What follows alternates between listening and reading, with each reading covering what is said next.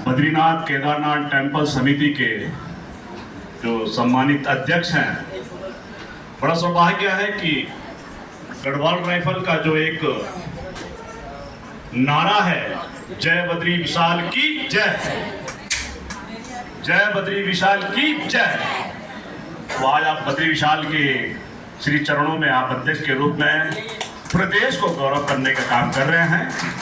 ऐसे आदरणीय हेमंत द्विवेदी जी,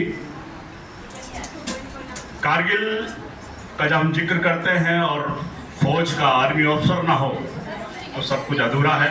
वैसे जनरल अहलुवालिया जी, अपने आदरणीय सुभाष भरद्वाज जी, सुभाष भट्ट जी, आदरणीय कैनौली जी, शहादत को याद करने का एक समय ऐसा है ये, जब देश, क्योंकि हम लोगों ने देश की आज़ादी में जो स्वतंत्रता सेनानी लोग थे, जो देश के लिए लड़े थे, उनको नहीं देखा था। लेकिन आज हम लोग कहीं ना कहीं जो कारगिल में हमारे देश की सुरक्षा के लिए शहादत हुए थे, वीर गति को प्राप्त हुए थे, उनकी शहादत को याद करने के लिए इकट्ठा हुए हैं। तो ये हम लोगों को ये बताता है कि देश में मर मिटने वालों को हम हमेशा याद करते हैं, उनको याद भी करना चाहिए। कारगिल एक ऐसा युद्ध था जो पाकिस्तान ने हमारे ऊपर जबरदस्ती थोपा था, लेकिन आज के दिन 26 जुलाई 1999 को जो कारगिल को हमने फतेह किया था, ये आज कारगिल शौर्य दिवस इसी रूप में मनाया जाता है।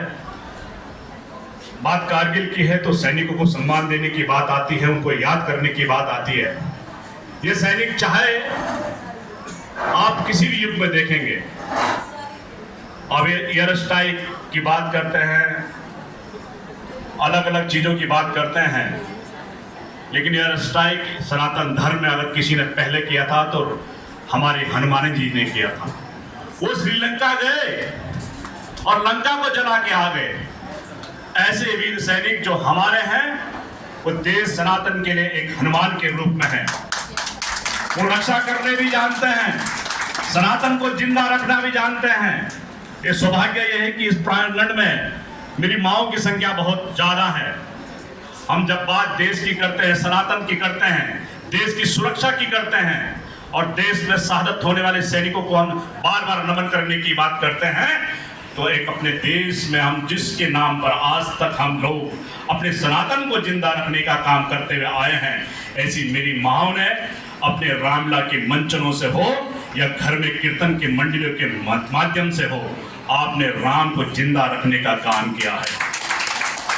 और राम को चरित्र के रूप में, और राम को सही धरातल में उतारने का काम कोई करता है, तो एक ऐसा वीर सैनिक जो देश का निर्माण भी करता है और देश को आगे बढ़ाने का काम भी करता है, और देश नहीं पूरे विश्व के अंदर सनातन को जो गर्व से अपने आप को महसूस करता है कि हाँ, मैं सनातनी हूँ, मैं देश के लिए मर मिटने वाला हूँ, मैं राष्ट्रवाद की बात करता हूँ, मैं हिंदुत्व की बात करता हूँ, मैं उसको भी इस संबोधन में सच्ची रूप से अगर देश को मान दिलाने का काम किया है तो मेरे देश के प्रधानमंत्री आदरणीय नरेंद्र भाई मोदी ने किया है। देश को सच्चे रूप में अगर सैनिक को सम्मान देने का काम किया है, अटल बिहारी वाजपेयी ने किया है। ये कारगिल उनके समय का था, आज उनको भी याद करने का समय है कि आपने उस कारगिल को किस तरह से जीता और देश नहीं पूरे विश्व के अंदर आपने दिलों में जगह बनाने का काम किया है। मैं एक बार उनको भी बहुत बहुत याद करते हुए विनम्र श्रद्धांजलि देता हूँ। और साथ में जो मेरी माएँ, जो मेरी बहनें, जो शहादत की विधवाएं हैं, जो मेरे भाई जो कारगिल युद्ध से बच के यहाँ आए हैं, उनको भी मैं एक बार प्रणाम करना चाहता हूँ, क्योंकि मैं स्वयं एक सैनिक परिवार से आता हूं। सैनिक की त्रासदी को हमने देखा है। जब सेना में आदमी भर्ती होता है, बेटा भर्ती होता है, पति जब लास्ट किसी बॉर्डर में नौकरी कर रहा होता है, तो घर की जो बेचैनी होती है वो माँ को पता है।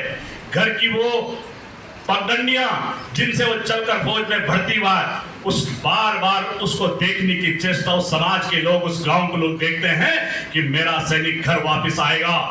और वो देश के लिए जब शहीद होता है, जब उसका पार्थिव शरीर जब देश के तमाम उसमें चला जाता है, तो जब गांव की खलियानों में उसका शरीर आता है, तो उस चीज को, वेदना को सहने का जो एक जज्बा किसी में है, वो मेरी माओं में है, मेरी बहनों में है। मैं उनको सलाम करता हूं। मैं बहुत से लोगों को साधन यहाँ पे हुए, मैं बहुत से लोगों को जानता भी हूं। तो मेरा आपसे इतना ही निवेदन है, क्योंकि मैं ऐसे क्षेत्र से आता हूं, लहचौन से, जो फौजी बनाता है पहाड़ का, माननीय जनरल साहब, देश के अंदर 20% सैनिक उत्तर प्रदेश दिया करता था, और वो उत्तर प्रदेश के अंदर वो 20% मेरा गढ़वाल और कुमाऊं पूरा करता था। अगर देश के अंदर 100 लोगों की भर्ती है, तो 20 सैनिक उत्तराखंड का वो नौजवान उस कंदराओं में रहकर देश की रक्षा करता था। ऐसा उत्तराखंड मेरा उत्तराखंड है। मुझे गर्व होता अपने उत्तराखंड में, जो अपनी आंतरिक और बाहरी सुरक्षा के लिए तत्पर रहने वाला है। मैं एक बार तमाम उन शहादत को श्रद्धांजलि देते हुए अपनी बात को विराम देता हूं। आज आपने मुझे बुलाया बड़ जी, बहुत अच्छा लगा, और ये निरंतर अविरल चलना चाहिए। देश में मर मिटने वालों को हमेशा याद करना चाहिए। यही तो एक सच्ची श्रद्धांजलि आपके माध्यम से उन लोगों को मिल रही है। बहुत बहुत धन्यवाद।